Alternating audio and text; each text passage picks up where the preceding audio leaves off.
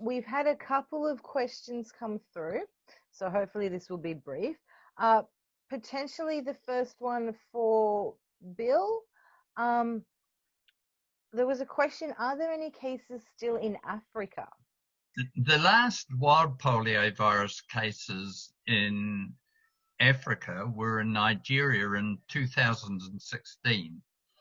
So it's accepted that the wild polio virus is no longer in Africa. But we need to place a caveat on that. There are vaccine-derived cases of polio still occurring in Africa. Our vaccine is attenuated, which means it's almost but not quite killed, and maybe 1 in a million, or the odds may be even greater. Children who are vaccinated pick up polio from the vaccine.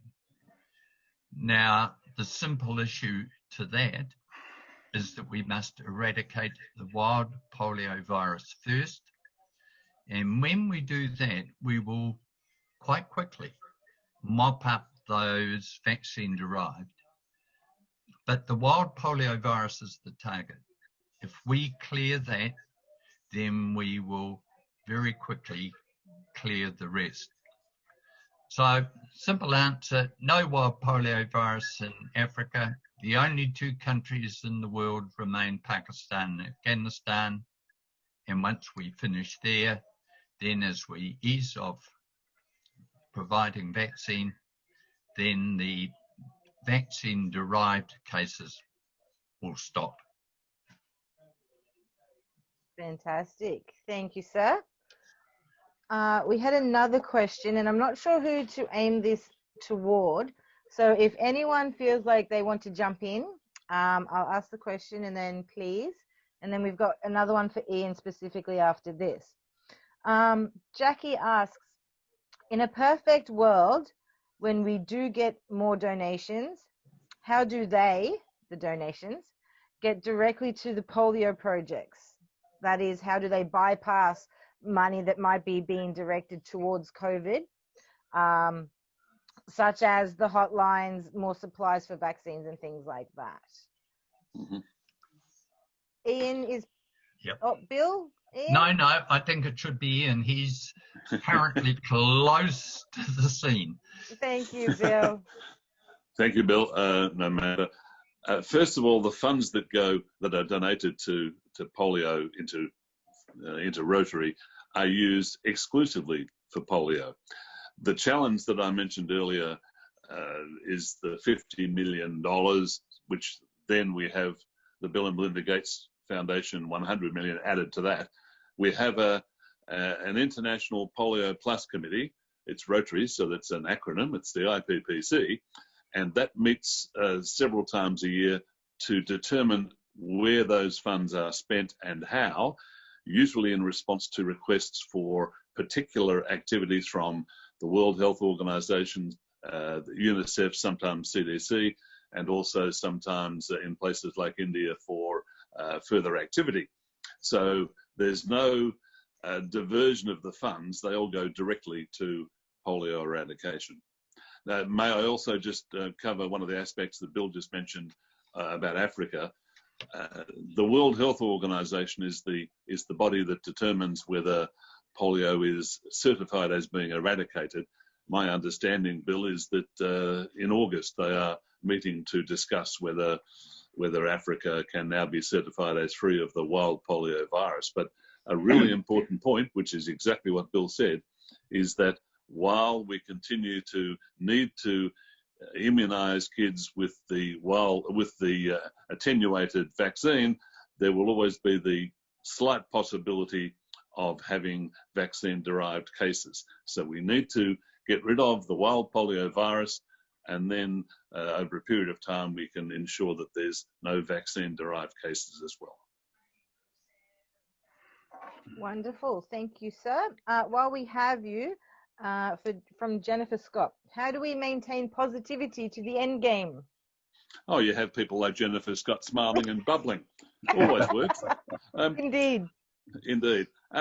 It's really important because it wasn't all that long ago when people were, a couple of people, admittedly, but sometimes vocal people, were talking about having polio fatigue, so to speak. And in fact, there was one person who had a letter into the Rotarian, I remember, saying, we've only got a handful of cases. Why are we spending all of this money on a handful of cases? Well, the answer is relatively simple, because if we stop with the campaign and we stop trying to eradicate it, relatively quickly it will return. And as I think Bill said earlier, when we started all this way back in the mid-80s, there were 1,000 cases a day. We're down to a handful now, but we'll return to 1,000 cases a day unless we fulfill our task. So there's, I guess, one way of doing it, to respond to Jennifer's specific question, is we need to stay positive. Rotarians are by nature positive people. So we need to be creative in ways in which we can raise funds, and then we need to ensure that all Rotarians are aware of exactly how impressive our achievement is to date and how we are, dare I say it, this close. We must keep going. Brilliant. Thank you, sir. Two more questions have come up so far. What is the situation in PNG? Are there any cases there? I'm not sure, Ian, would you be best to answer that one, do you think? I can say that there was an outbreak of vaccine-derived, Bill, last year, was it? Early last year, which was immediately jumped upon. Yeah. That's the issue, isn't it? We've got to get rid of the wild polio virus so that we can avoid these vaccine-derived cases. There were, when there are these outbreaks, they're relatively easily mopped up, so to speak, but they are still a person suffering from polio. So we need to get to the stage where the wild polio is gone, the vaccine-derived polio is gone, the world is a safer place. Thank you. If I may, Bob? Amanda, Yep. yeah, if I may, the great news out of the scare in PNG, of course, was the immediate reaction by our Rotary teams up there. We've had two great governors in recent years, in Wendy Prothero and Darryl Asepi, who have really taken the challenge on board. I believe the immunisation rate up there now is over 80% across the board, which is amazing.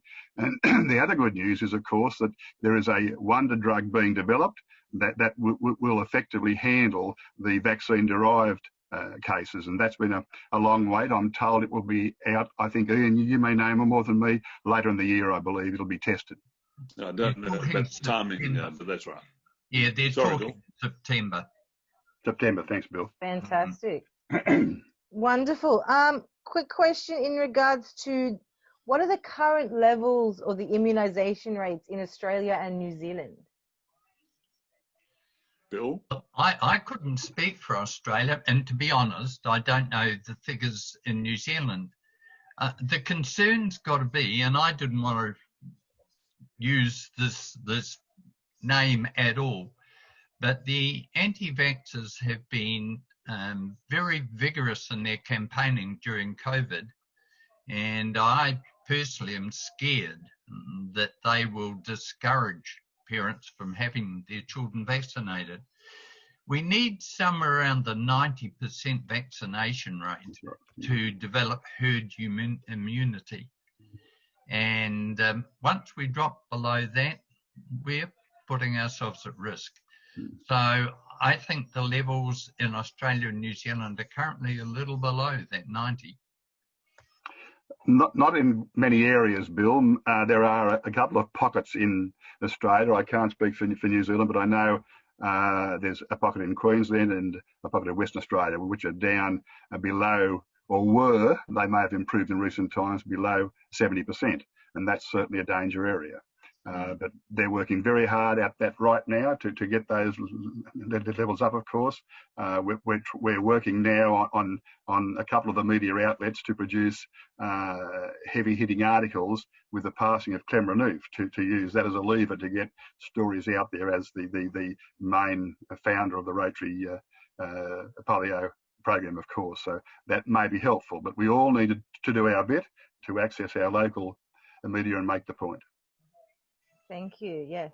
I know I work in schools, and it's great when I talk about Rotary and the work they're doing in polio, that so many of the kids go, "What's polio?" And I just look at them and say, "You're welcome." We've had a quick question. When do we consider this task complete? Ian? Righto, thank you. When a trite answer, Amanda, is when polio's gone. But Rotary set up, our original target was the eradication of the wild polio virus.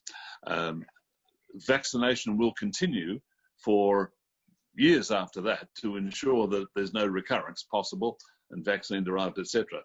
But they will be a different kind of vaccine. So therefore the vaccine derived will disappear.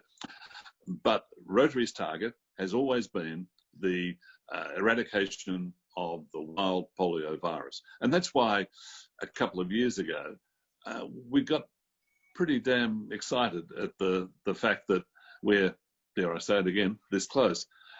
There's a couple of setbacks since, and I was in Pakistan a couple of years ago, and there are pockets of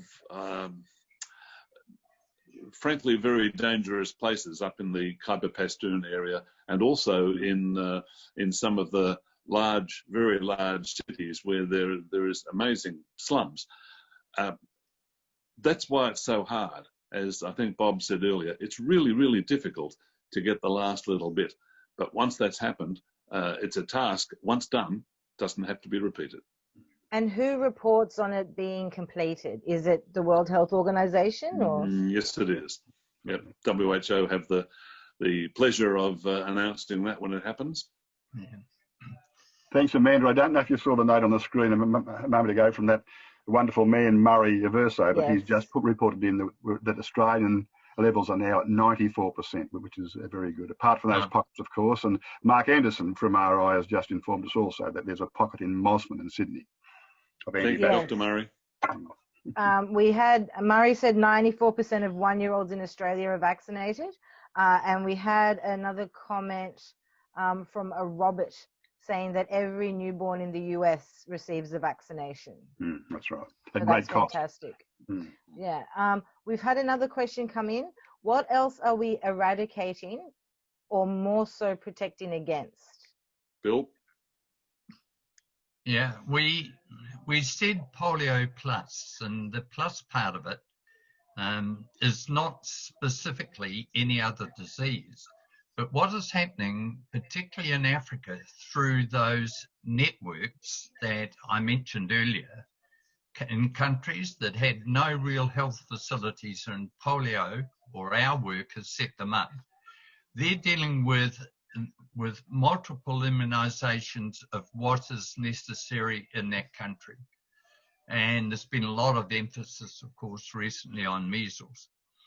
But each country has its own problems, and it will piggyback on the polio efforts to do what is most appropriate in their country. So we can't claim to be attempting to eradicate any other disease, but we're fighting a whole range of diseases where they need to be fought. Fantastic. Thank you, Bill.